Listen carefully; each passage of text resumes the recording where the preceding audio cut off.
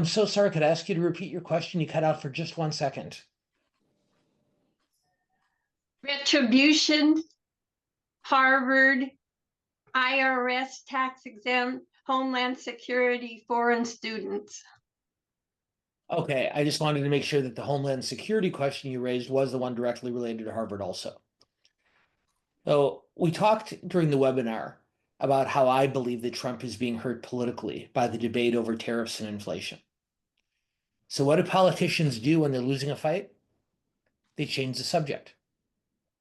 And what Trump has decided, and it makes some sense bottom line politically, is that on one hand, they're not only promoting, but they're relishing the fight with the Democrats over deportations and are using the fight with Harvard just as much to change the subject from economic policy to cultural matters. We know that many of the voters who supported Trump, working class voters who supported Trump in 2016 and 2024, are very disdainful of the country's higher education system. And one of the most notable changes we've seen in public opinion polling over the last decade is how overall Americans have a much lower opinion of our higher education system than they once did. I gave a speech right after the election to the American Association of Universities. And I told them, I said, 37.7% of Americans over the age of 25 have a college degree. I said, before I fled to the ivory tower, I worked on a lot of campaigns. I ran a lot of campaigns. I said, I never, ever won an election with 37.7% of the vote. And the biggest difference is for most of my adult life, those working class voters who didn't go to college wanted to, or wanted their children to, or wanted their grandchildren to. And that's no longer the case. And Trump and his advisors recognize that. And having a fight with Columbia and Harvard can take voters who might be nervous about inflation and remind them that they believe that Trump speaks for many of the resentments they hold. And both the deportation argument and the Harvard debate play to his political strengths.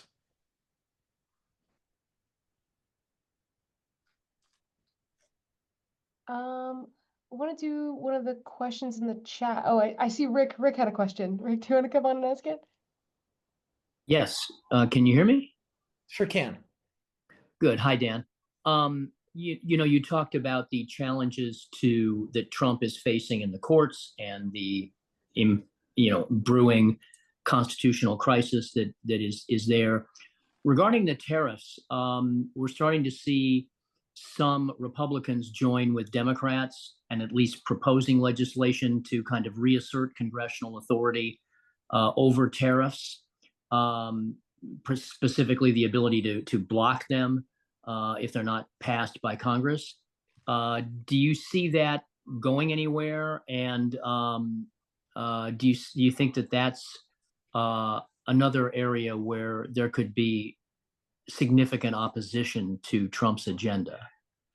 Well, I think this is a two-front war for Trump. We know that the only vote that Trump and John Thune have lost so far in the Senate this year is over trade tariffs to Canada. And 4 Republicans, Rand Paul, Mitch McConnell, Susan Collins, and Lisa Murkowski, voted with the Democrats to defeat the Republican majority on that. That said, for the broader issue that you raise, Trump has threatened to veto that bill, which means you need not 51 senators, but 67. And let's agree that that's fairly unlikely. And I think if it were straight up or down votes, you'd probably see quite a few Republicans in the House voting for a measure like this one. But I think a lot of those House Republicans also know that if they cast the vote against Trump and he vetoes it anyway, they don't get a policy win and they take a political loss, particularly if he decides to fund a primary challenge for them.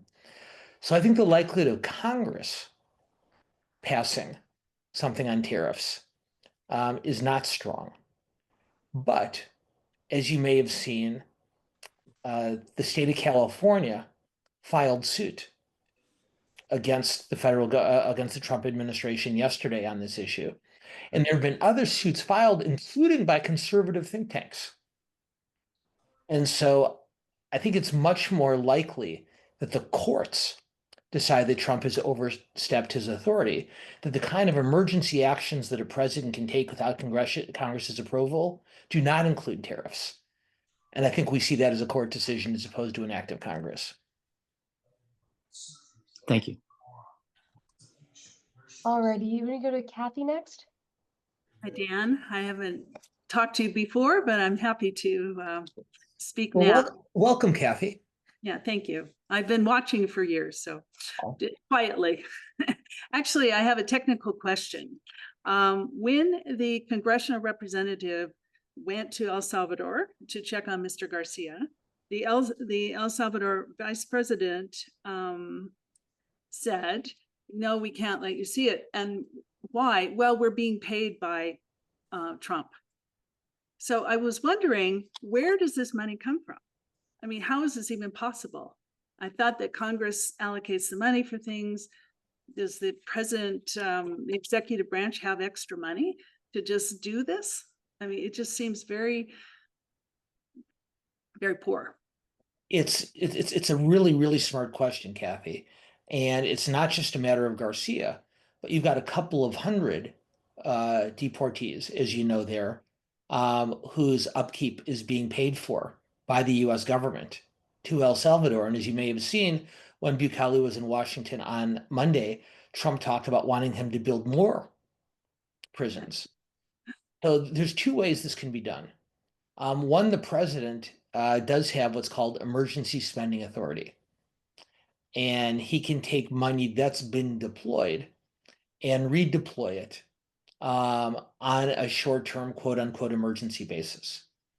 The other ability that the president has, and Trump used this to help fund the border wall in his first term in office, is a lot of these funding categories are very broad. And so let's say the US Congress devotes, I'm making it up, $100 million for border security. The administration generally gets to decide how it's going to be deployed to support border security. Is it with troops? Is it with a wall? How is it done? And so the other thing that is being done here, in addition to the emergency spending, is there's been a sizable amount of money allocated by Congress for either apprehending or holding those who committed crimes, undocumented and otherwise. And so it wouldn't be surprising for the Trump administration to be drawing from that broad pool, and instead of using it to keep a violent criminal in prison here, instead supplying that money to the El Salvadorian government in order to keep them overseas. So two different mechanisms that tend to overlap. Either one of them is potentially the stuff of court challenges. But as we've learned from Trump, both in his first term and now, is he's willing to risk a court fight in the long run if it allows him to take an action to his liking immediately. So really smart question. I hope you come back and ask more. And welcome to a participatory role. We're happy to have you. Thank you. All right.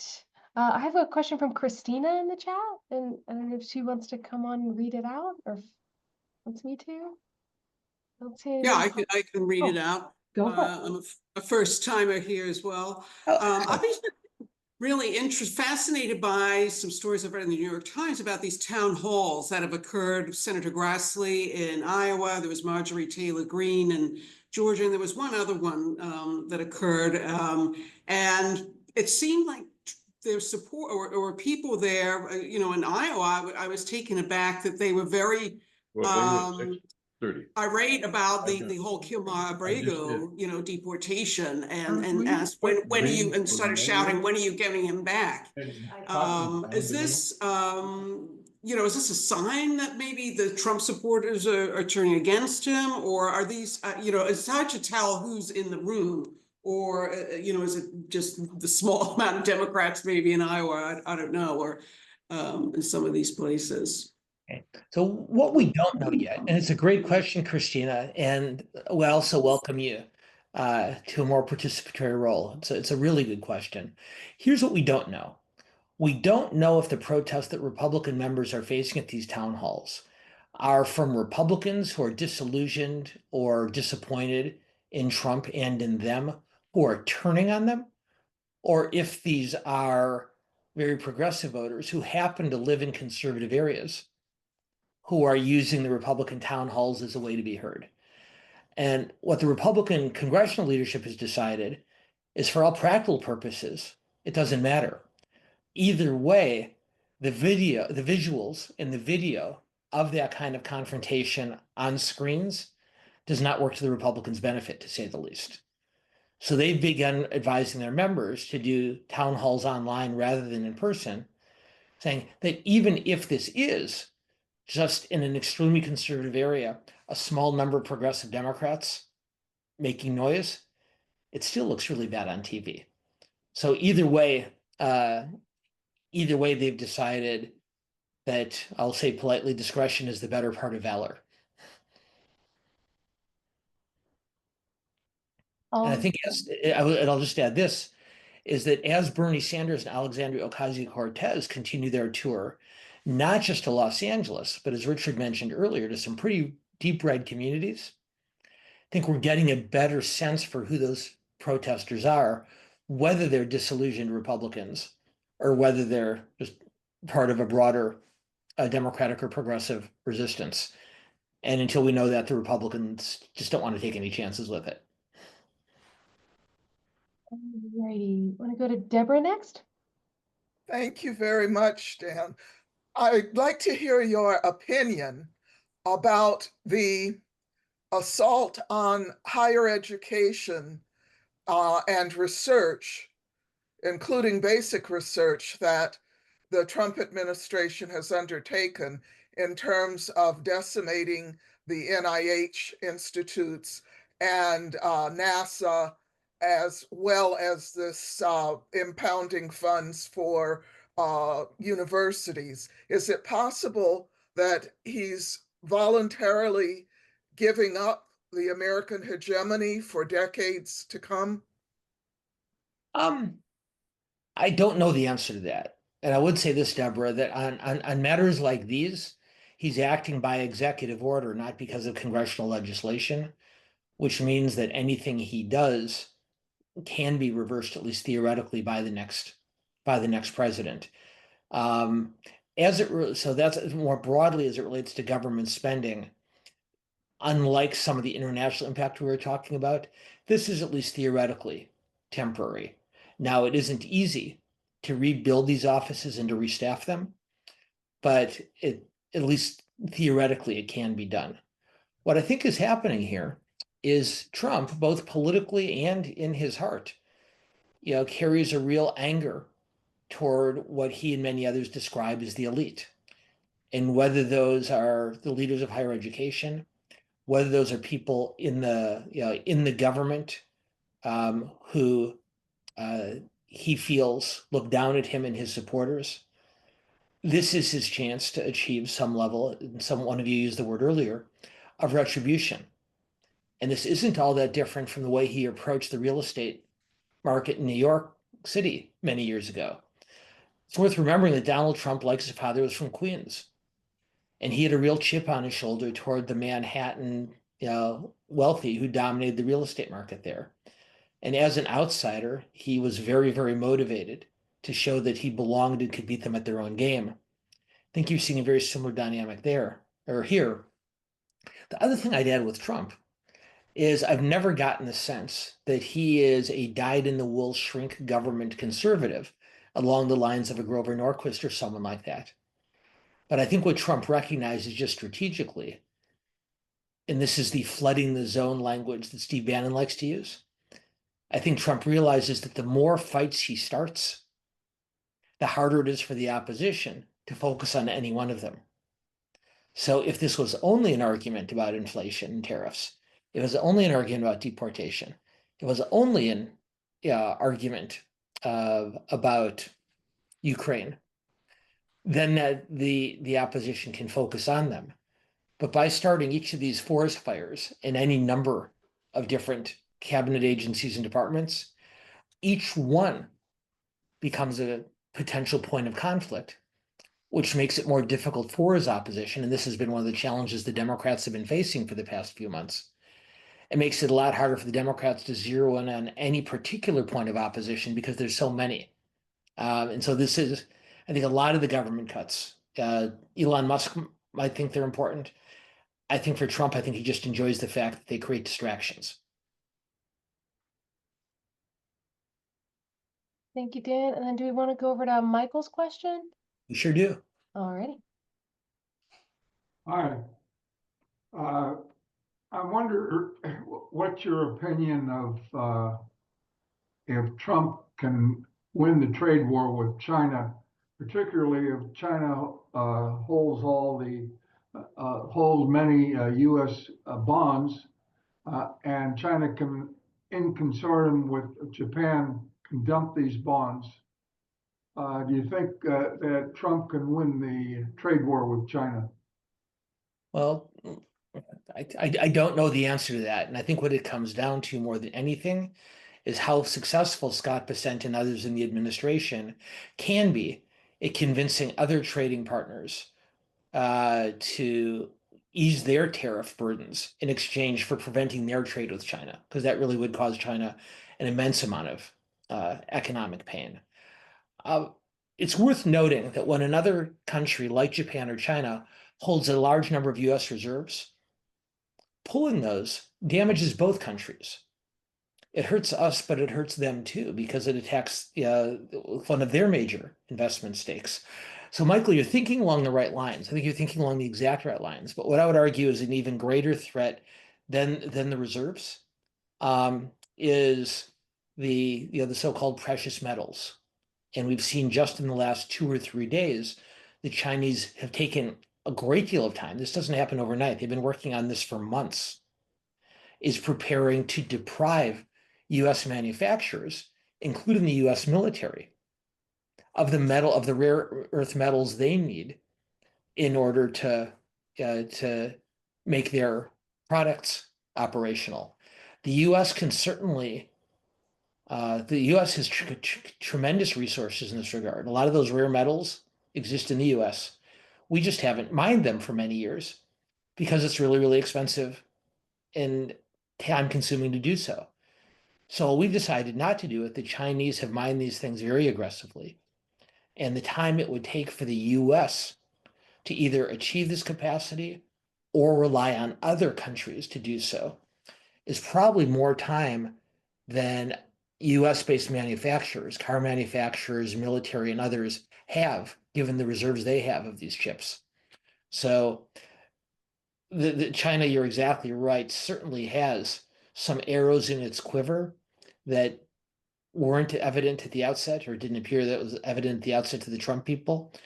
But I'd concentrate even more on the rare metals than on the investments. But either way, the dynamic is exactly the same, so you're right to raise it. All right, we want to take one more? Let's take Tim and President Aronoff, and then we'll call it a day. Let's do it. All right, I see Tim's hand up. You want to go, Tim? Great. Thank you so much. Unfortunately, we can't do this till 3:30 in the morning, going back and forth, Dan, because sometimes I love you, sometimes I really disagree with you have to say, but either That's way, allowed. That's encouraged. absolutely love it. Going back to, I mean, spot on when you brought up Steve Bannon, Project 2025, the whole sense of flooding the zone.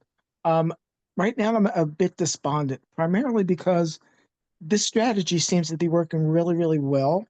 And in so, there will be some things that the EOs are pretty much disrupting. For example, in just over 60 days, they've pretty much disrupted over 60 years of civil rights activity and improvement. That concerns me because my honest opinion is that after all this is done, it's going to take a long time for not only the stuff to be recreated. Actually, I think many people aren't going to care. So that does concern me. And the second thing, and this is a criticism of one of the things that you mentioned during the original meeting about our friend in El Salvador. I think, and your opinion on this, Trump will come out on this by having that young man disappear. I don't think that the government is going to necessarily have to say that they didn't comply with the Supreme Court's thing about facilitating his return.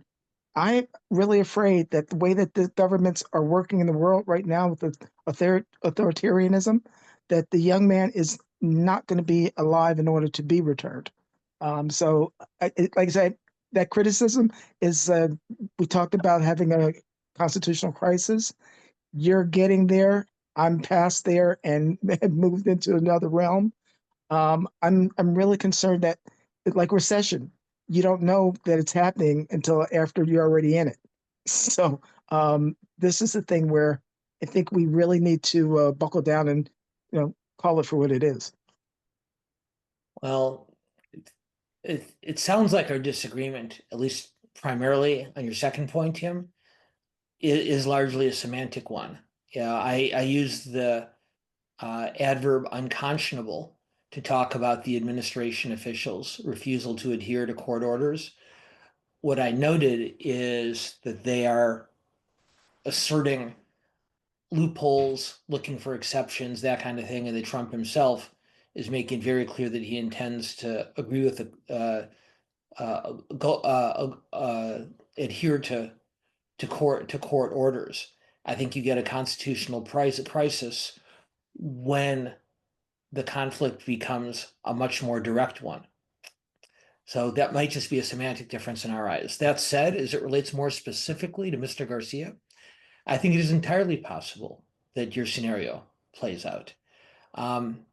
If I were advising the Trump administration on just what's good for him politically, as opposed to what I think about the issues at hand, I would say, you know what? Let this guy go. Let him go back to Maryland. Fight the fight you can win against those deportees who do have some type of criminal record. Say, Mr. President, 80% of Americans believe that undocumented immigrants who've committed violent crimes should be deported. So if you rein it in a little bit, you'll have immense public support on this because you're fighting over someone who doesn't have a criminal record. You have the potential to lose political support on that. Now, I don't think he's going to back off because that's just not the way he's wired. And I do think it's entirely possible that Bukele could decide that the best way to resolve this for himself is just for this young man to disappear.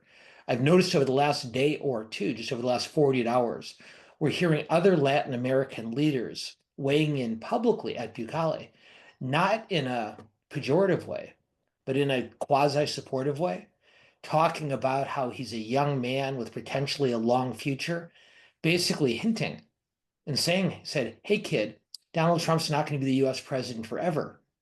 You're going to need to find a way to sustain even after he's left office because you're a lot younger than he is. I don't think they'd be saying that out loud if that message hadn't already been delivered privately. But I do think that you're right. I think the possibility, very sadly, of this young man simply disappearing is a real possibility. And I think that as difficult a time as the Democrats are having in that debate right now, once there's no evidence of his presence, it's an atrocity, but only for a very short period of time before American public opinion moves on to other things. So you and I don't agree on everything, Tim, but on this one, I think we're largely on the same side. Okay. Thanks. Look forward to the next one. Likewise. I don't stay up till 3:30 in the morning, though, so I can't do that one with you. Robert, how about you? Thank you. I'll be short because I'm glad that Tim brought us back to El Salvador.